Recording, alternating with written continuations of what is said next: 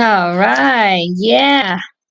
Happy Juneteenth to everyone. Let us get started. All right. Today we are doing um, a video on diabetes, and this is going to be part one. Okay. So, a lot of people have diabetes, a lot of people getting tested for diabetes. Um, and also prediabetes. So, we'll talk a little bit about that as well. Okay, so let's just jump right on in. What are the signs of diabetes? Or let's talk about the signs of high blood sugars. Okay, so what are some of the signs of high blood sugars and or diabetes? Blurred vision.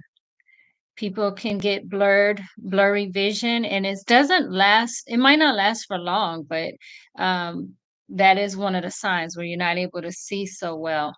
Your vision gets blurry. All right.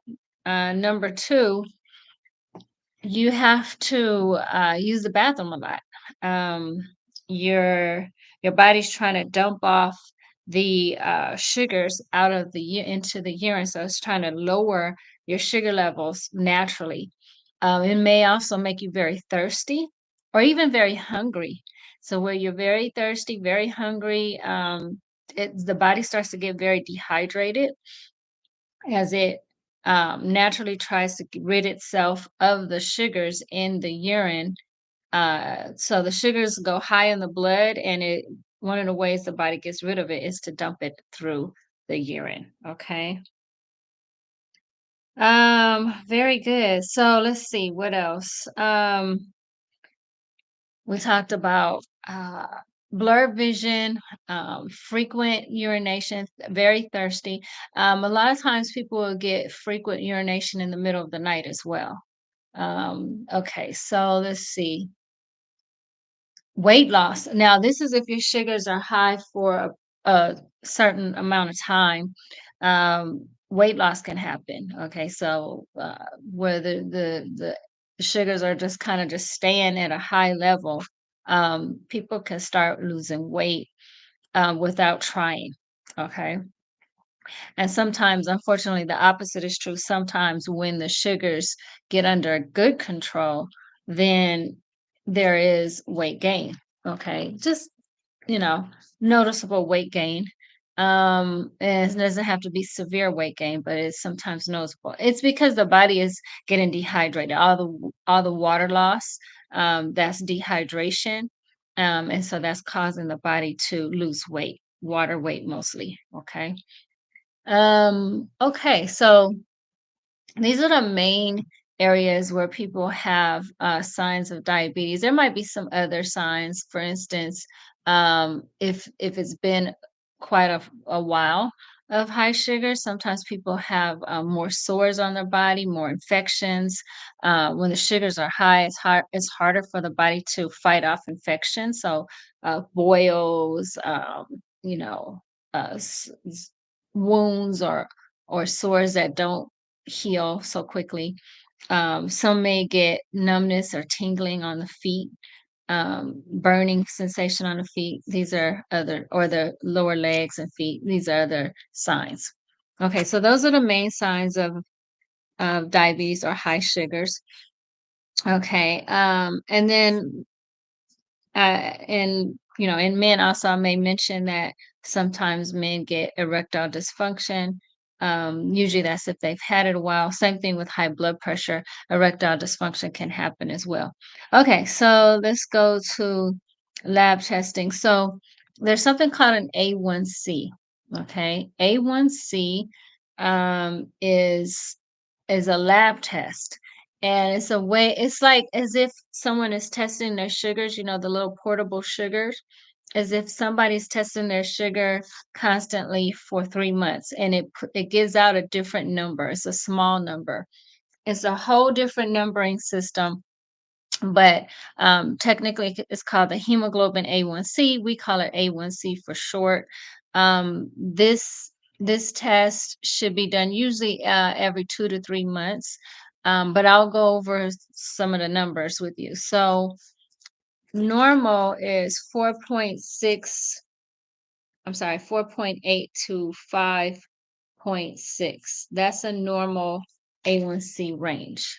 Okay. Now, prediabetes, which a lot of people have prediabetes, it starts at 5.7 and it goes to 6.4.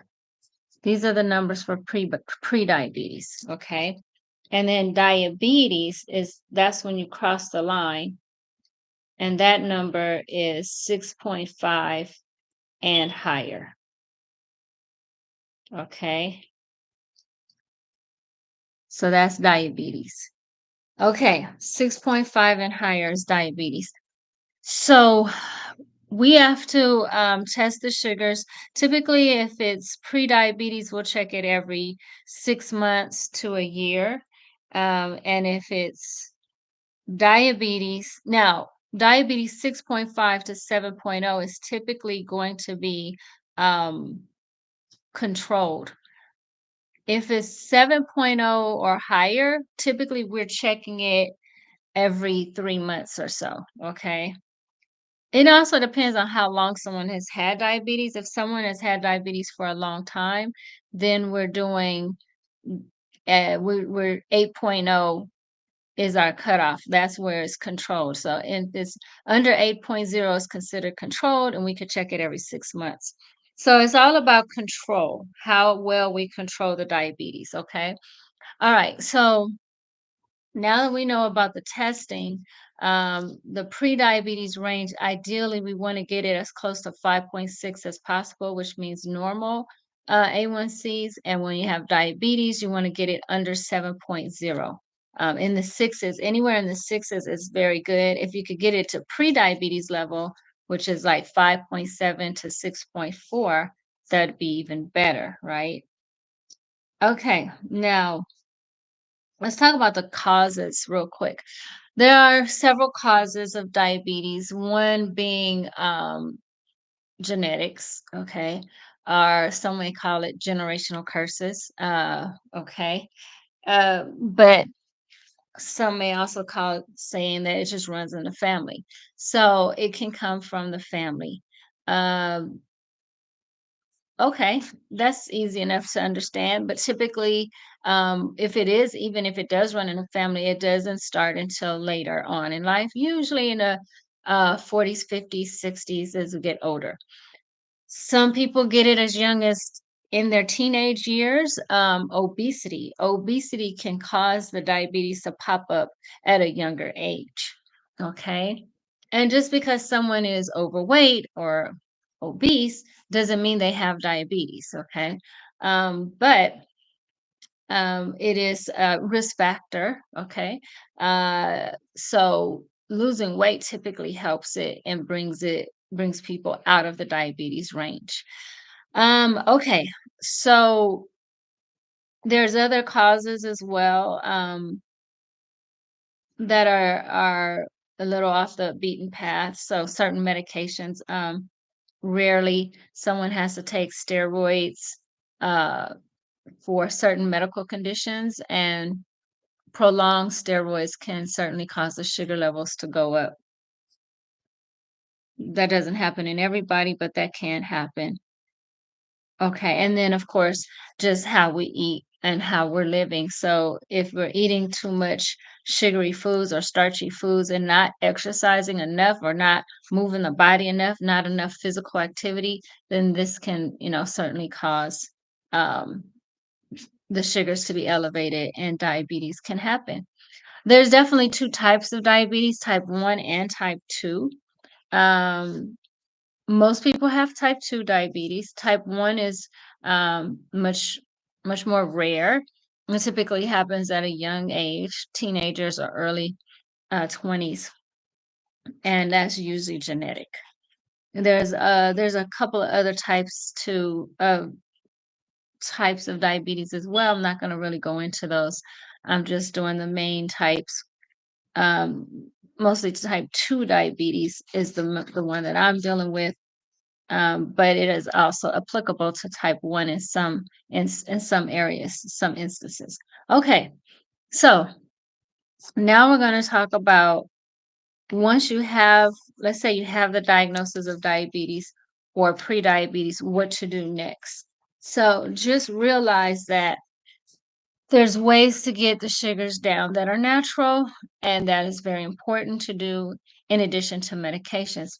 Typically, the doctor will start you on metformin, which metformin is uh, our first line. By the way, I am a family physician, and I didn't introduce myself as that. And I do treat diabetes frequently. And so that's why I know so much about it. Okay, so metformin, I'll put that in the chat. That is usually the first line medication that is given.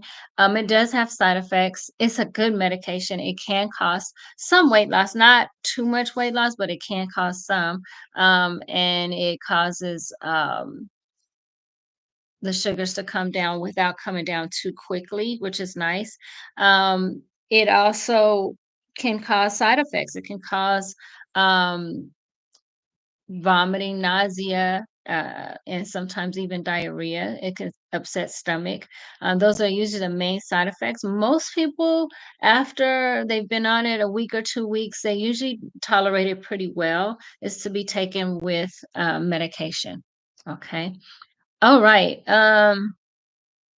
Next, eating healthy. So, one of the most important things to do with this is to watch your carbohydrates. So, let's see, what are examples of carbs? Rice, potatoes, and it doesn't matter what form of rice. It could be plain rice, Spanish rice, Chinese rice, Asian rice, fried rice. It doesn't matter. Rice can cause is considered starch. Brown rice is starch, but it has fiber, so it's not going to bring the sugars up too quickly high. It's a little bit better for you. Okay, it's a lot better. Okay, because of the fiber. Carbohydrates that has fiber in it is the best way to go. The more fiber in the carbohydrate, the more complex it is, the better off you are. Because there's simple carbohydrates and there's complex carbohydrates. So simple is not good. Complex carbs are better. Okay. All right. So I gave you a good example of a complex carbohydrate, brown rice instead of white rice. Okay. Another one is potatoes. So let's do potatoes. Let's say small red potatoes with the skin on is probably better than the baked potato or mashed potato without the skin. Let's see. The skin gives a little bit more fiber. Sweet potatoes are yams, have more fiber in them, and so they're less starchy, more fiber, better. It's going to be better for you. Okay, so these are some examples. And even the carbs that are complex carbs, you still want to use those with moderation. In the words, not you want about this much food. You don't want more than your palm. Uh, as far as the portion sizes, the portion sizes are very important. It's amazing what a difference just cutting the portion sizes in half can do. Now, when it comes to salads, fresh fruit and salads, you could be more liberal on those. This fresh fruit is sweet, but typically has a lot of water. Let's take watermelon. Typically has a lot of water and some fiber. There's others that are, let's see, grapes are very good, has fiber and natural sugars. Um, some people their sugar levels go up quite high. Usually people who've had diabetes for a long time, uh, watermelon can make the sugars go pretty high, so be careful with that. Um, Bananas, be careful with that as well. You can have bananas, but just not a large amount. In general, usually the fruit that you have to peel to get to the inside, that fruit is typically going to have higher sugars. The fruit, for instance, like apples, you typically eat the outside of the apple and the skin of the apple. Same thing with grapes, plums, nectarines, peaches. These are going to have a better sugar. It's not going to be so high. And so usually people do well with those fruits. So fruits and vegetables are you can those are natural. Typically you could do very well with those and your sugars won't go up high. The things that make the sugars go high are usually juices because it's like a concentrated um without fiber, concentrated fruit juice, fruit sugar. It's too concentrated. When you have the apple instead of the apple juice, uh, the apple juice is much sweeter. It has much more sugar in it. Even if it's natural sugar, it's just a lot more. Whereas the apple has more water in it, more fiber in it, and it's just better for you, all around better for you. So just keep that in mind. The actual fruit itself with a little water is going to be so much better than drinking the juice. Now some people you have a juicer and they actually juice their own things. And so when people mix certain veggies with the fruit, it comes out healthier. It comes out better. And so keep that in mind as well. Um, some of the juices that you get from the market that are pre-done, they put a lot of fruit, a lot of veggies. Those ones have quite a bit of sugar, so you read the label, you don't need a lot of that, just a little bit will take you a long way. So just be careful of that as well.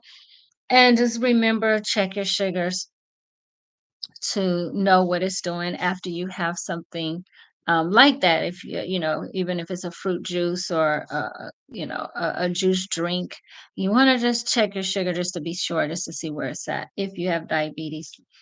Other ways to bring down the sugar. So green tea is very good. It helps to maintain a healthy sugar. You want to look for foods that have a low glycemic index. Again, those are going to typically have the more natural, like veggies and fresh fruit, things like that. They're going to have a lower glycemic index. And those are the ones you want to try to have in your diet as much as you can. Um, High glycemic index, I'll give you an example of those would be the let's see, candy bars, juice, like I said, sodas, things that are almost like straight sugar. Not enough fiber, very little fiber, mostly sugar. That's going to definitely make your sugar spike. And what happens is the sugar spikes, it goes high. The insulin, your body produces insulin. It almost like it goes after the sugar and then kind of brings it down, almost like tries to snatch it down quickly. It does take time, usually a couple of hours or so for the sugars to peak in the blood and then the insulin to go up and then bring it back down. And so these are the things that happen when you first diagnosed with diabetes. Typically, we don't start people on insulin right away. We typically wait until the A1C gets to a certain point. If it gets high, like 10 or even 9 or higher, people they may start on an insulin. There is another medication that's out now, and I'll give you the name brand that a lot of people know, Ozempic, Trulicity. These are a couple of name brands. It's a once a week injection. Now that is not insulin. It's a medication that is an injection, and it's just once a week, and it does well. It brings down the sugars nicely, and some people lose weight with it. And so these are things to look out for that the doctor might talk to you about as well. Okay, so let's talk real quick about exercise. So certain types of exercise is going to really be good. The heart healthy, or what we call cardio exercises. These are the ones that are going to bring the sugars down pretty fast. Because it burns the calories up pretty quickly, and that would be, running, jogging, walking fast, dancing, playing basketball, playing sports, soccer, things like that. Chasing after a 2-year-old, a lot of times we don't think about that as exercise, but it is. A young child, when you're chasing after kids or dogs, this is an exercise type to not forget. Most people, when they think of exercise, they think they have to hit the gym or they have to get out there and start jogging and running. But the exercise comes in many different forms. Gardening is a form of exercise. Cleaning your house is a form of exercise or physical activity. Yard work is physical activity. Just giving some examples. Dancing is a wonderful physical activity. So these are things you want to do. Even if you do chair exercises and you dance, moving your body around while you're sitting down. Some people have real bad back problems and knee problems and pain and hips pain with walking. So you have to do either floor or chair exercises, which is totally okay as long as you're working your heart muscles. Okay. And then drinking water. That's what we do when we're in the clinic and we want someone's sugars to go down, but we don't have insulin, or the patient doesn't want insulin. We'll typically have people drink water. Usually that brings it down. Um, let's see what else. Things that make the sugars go up. A lot of times we don't talk about this. And that is when you are stressed. We A lot of times we forget to mention stress and not sleeping well enough at night. When we're up during the night, you're not getting enough deep sleep. The cortisol levels can increase. That's the stress hormone. Stress hormone goes up, and that's what causes the sugar levels to go up. So some people wake up and their sugars are higher than they should be. Um, that could be from stress and not sleeping well enough. So, good sleep is important. Stress relief is important. One way to relieve stress is exercise. Another way is to be a part of a good support group, be around positive people. Volunteering sometimes helps people to get out of their own head, or what's going on with their own situation. And volunteering, helping other people is a good way. Some people just say they just stay busy. I don't know if that's a good idea or not, but sometimes it is. Getting a mental health counselor can also help as well. There's tons of different ways. I think it's 311. I'm gonna have to check it out. I can't remember. It's either 811 or 311. There's a easy, quick way to get counseling and therapy now. Also 211. Many cities have a 211 where you can call and get resources to mental health um, programs. And so it's starting to become more and more available. You sometimes you have billboards and they'll have a thing that says you can text if you need any kind of counseling or therapy or anything like that. You could just text them and they'll start giving you therapy. So there's many ways to get um, you know decent quality mental health services these days. So just try to remember that you don't have to go through life on your own. You can get help, good quality help to get you through some of life's challenges. Okay, let's see. I think this is going to conclude our uh, our first our first part on diabetes in this series. I'm probably going to do about 2 or 3 more videos. I'm not sure. Diabetes is such a huge topic, um, and lots to talk about. There's lots of healthy things to take. Cinnamon is one.